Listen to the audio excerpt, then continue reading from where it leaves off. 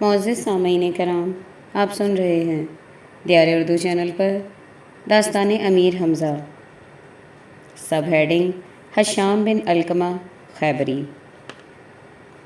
امیر نے کہا، اے قبلہ حاجات، آپ خاطر جمع رکھیں کہ بفضل الہی کچھ نہ ہوگا۔ وہ شیطان سیرت آپ کے فرزند سے زور آور صاحب لشکر ہے۔ آپ جمع رکھیں، اس کی واجبی گوشمالی کر دوں گا کہ پھر کبھی بادشاہ کی خدمت میں ایسی حرکت نہ کرے۔ تو حضرت خواجہ نے فرمایا، اے فرزند، میں چاہتا ہوں کہ تجھ کو کسی بہانے سے حبش کی طرف روانہ کر دوں کہ اس کے شہر سے تم یمن میں رہو، اور نیز جو قصد اس کے مقابلے سے نہایت زور آور ہے، شاہ یمن کی طرح نہیں ہے۔ امیر نے جواب دیا کہ آپ اس کی فکر کیوں کرتے ہیں؟ خدا کریم ہے اور سب پر توانا ہے، جس کو چاہے توانائی دے۔ یہ کہہ کر باپ کے ہاتھوں کو بوسہ دیا۔ آپ کی دعا سے میں جاتا ہوں۔ رخصت ہو کر بیت اللہ شریف میں گئے اور سجدہ کر کے جناب پروردگار سے مدد چاہی۔ پھر باہر نکل کر سوار ہوئے اور اپنے لشکر میں جا کر آرام کیا۔ پھر تیاری لشکر کر کے اپنے سرداروں سمیت کوچ کیا اور حشام کی طرف متوجہ ہوئے۔ جب امیر وہاں پہنچے کہ جہاں سے حشام کا لشکر 3 کوس پر تھا، اترے۔ جب رات 4 گھڑی گزری تو کار آزمودہ سرداروں کو لے کر سوار ہوئے اور 3 کوس کے فاصلے پر حشام کی فوج پر شبخون نہ مارا، بلکہ صبح کے قریب امیر کی فوج نے حشام کے لشکر پر حملہ کیا۔ امیر حمزہ نامدار نے اللہ اکبر کا نعرہ بلند کیا کہ کوئی جانتا ہے؟ اگر نہیں جانتا سو جان لے کہ میں امیر کبیر کشور گیر حمزہ بن عبد المطلب بن ہاشم بن عبد مناف ہوں، اور تلواریں دونوں ہاتھوں میں لے کر جنگ کرنے لگے۔ امیر کے سپاہی بھی ہر خیبری کو مارتے اور حشام کے 10,000 سوار واصل جہنم ہوئے۔ فوج پراگندہ ہوئی تو حشام اس وقت سوتا تھا۔ یہ حال دیکھ کر حیران ہوا اور مسلح ہو کر گینڈے پر سوار ہوا، اور اس کے متفرق سپاہی دیکھ کر پھر جمع ہوئے۔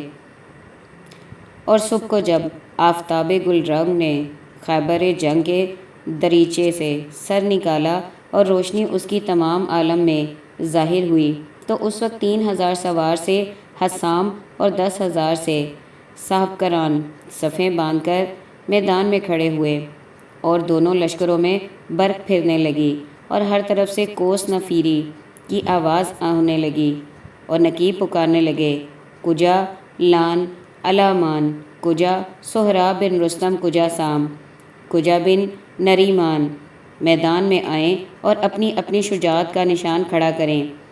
اس واردات کے سنتے ہی حشام زہرناک مشتعل شعلہ آتش اس شان و شوکت سے میدان میں آیا کہ جس کو دیکھ کر ہر ایک کے رونگٹے کھڑے ہو گئے۔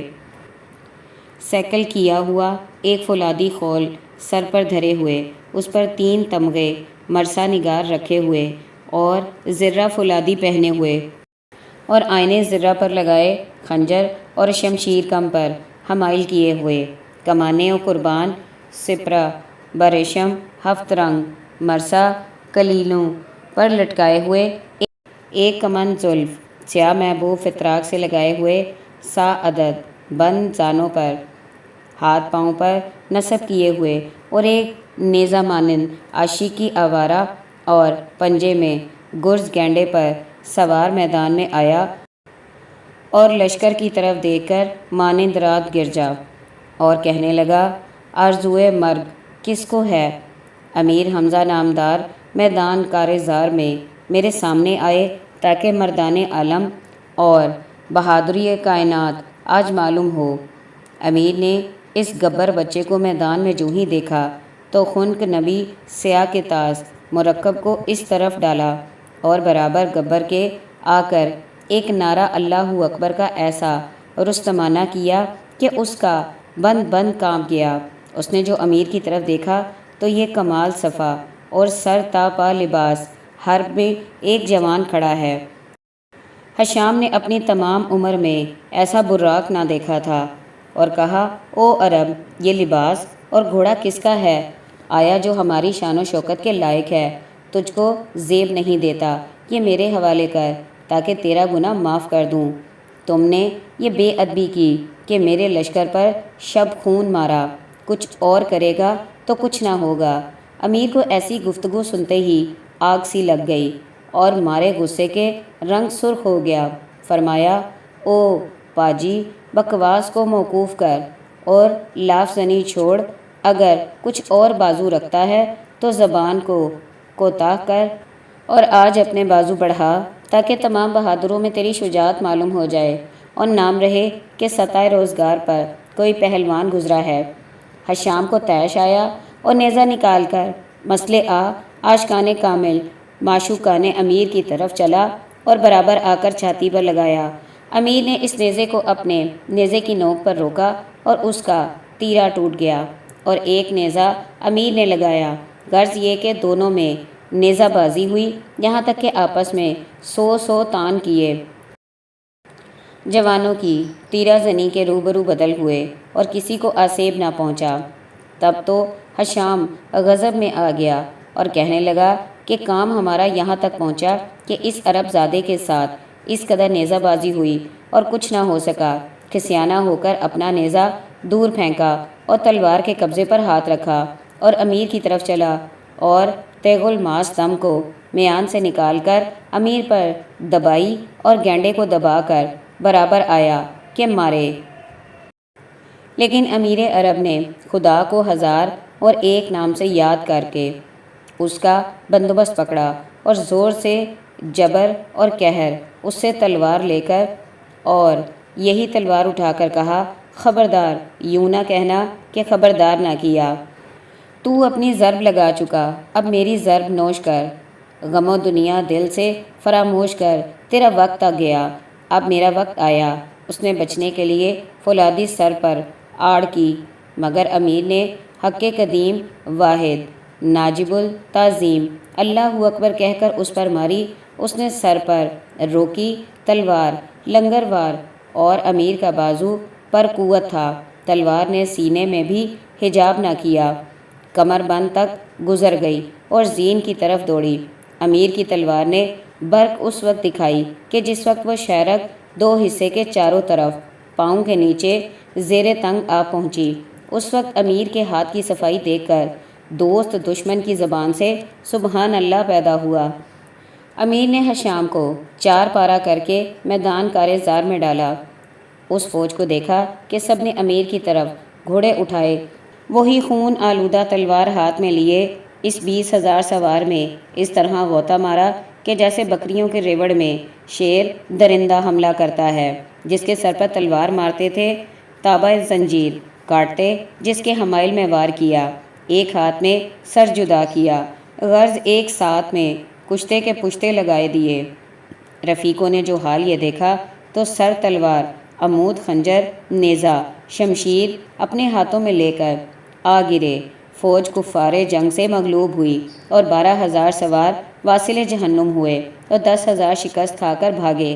امیر حشام کے لشکر پر متصرف ہوئے اور نوشیروان کا تخت تاج اپنے پاس امانت رکھا اور 70,000 مرد و زن جو حشام مدائن سے اسیر کر کے لایا تھا سب کو آزاد کیا، بعض کو اپنے پاس سے سواری دی اور کتنوں کو خرچ راہ دے کر رخصت کیا۔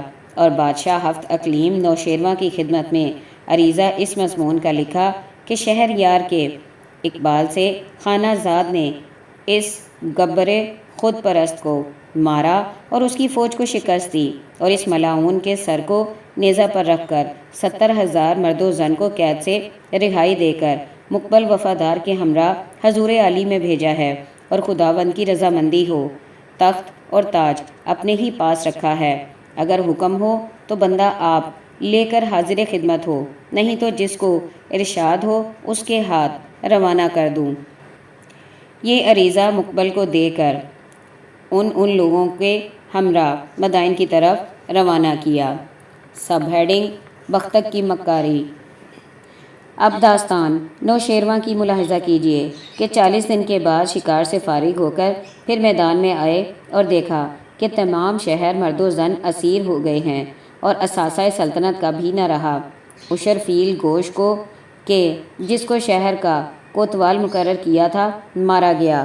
عدل کے سبب نوشیروان کو خلق خدا پر جو شفقت تھی بے اختیار کر دیا کہ بزرجمر کی طرف منہ کر کے کہا، اے خواجہ، میں نے خواب میں دیکھا تھا، وہ سب علامتیں ظاہر ہوئیں، مگر جو تعبیر تھی وہ اب تک کچھ ظہور میں نہ آئی، اس قابل کہاں ہے؟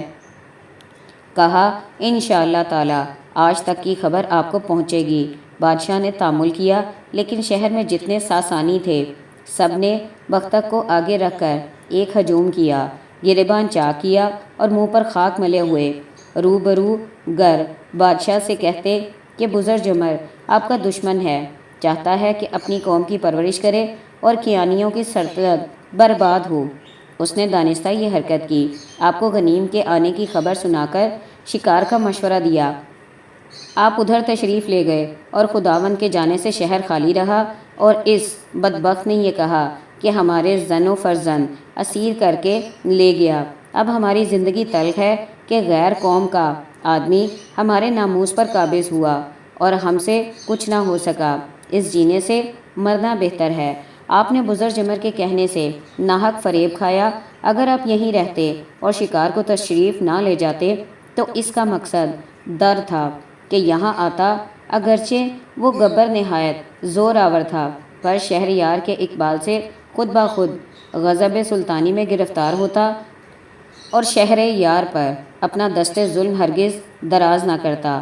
آپ خداوند ہیں، انصاف فرما دیں، ہماری داد دیں یا ہمارے قتل کا حکم فرما دیں کہ ہم لوگ اس درد و الم سے چھوٹ جائیں۔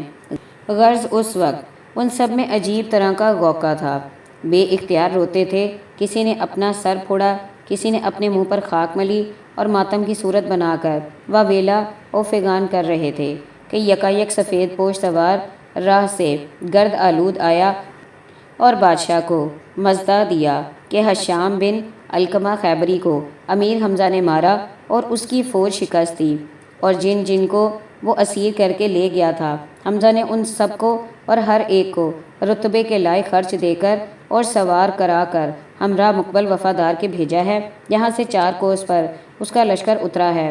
اس خبر کے سنتے ہی تمام ساسانیوں کو ایک خروش پیدا ہوا اور بادشاہ نے بزرجمر کو چھاتی سے لگایا اور بہت خوشی ہوئی کہ سب کو تو کیر لے آئیں۔ باموجب حکم کہ ہر ایک سوار ہو کر ادھر روانہ ہوا اور جس جس کے اقربا قید سے چھوٹ کر آئے وہ مارے خوشی کے خود اس طرف گئے تو مقبل کے لشکر میں ایک میلہ سا لگ گیا۔ ایک رات وہیں قیام کیا، دوسرے دن صبح کو اسے باعزاز و اکرام بادشاہ کے حضور میں لائے۔ جب وہ بادشاہ کی خدمت میں مشرف ہوا تو حضور میں پہنچ کر زمین ادب کو اب ممنونیت سے چوما اور ایک گراں بہا خلعت اور زر سرخ کے کئی صندوق مقبل کو عطا فرمائے اور امیر حمزہ کے لیے عزت کی، اور وہ عریضہ امیر کا ہاتھ میں لیا اور لفافہ کھول کر اول آپ نے خود مطالعہ فرمایا، پھر بزرجمر کی طرف نہایت مہربانی سے متوجہ ہو کر فرمایا کہ تم یہ آواز بلند پڑھو کہ تمام احباب مجلس سن لیں۔ خواجہ نے اس کو جس وقت پڑھا، ہر ایک سردار نے اس کو سنا تو فتح کی بابت بادشاہ کو مبارکباد دی۔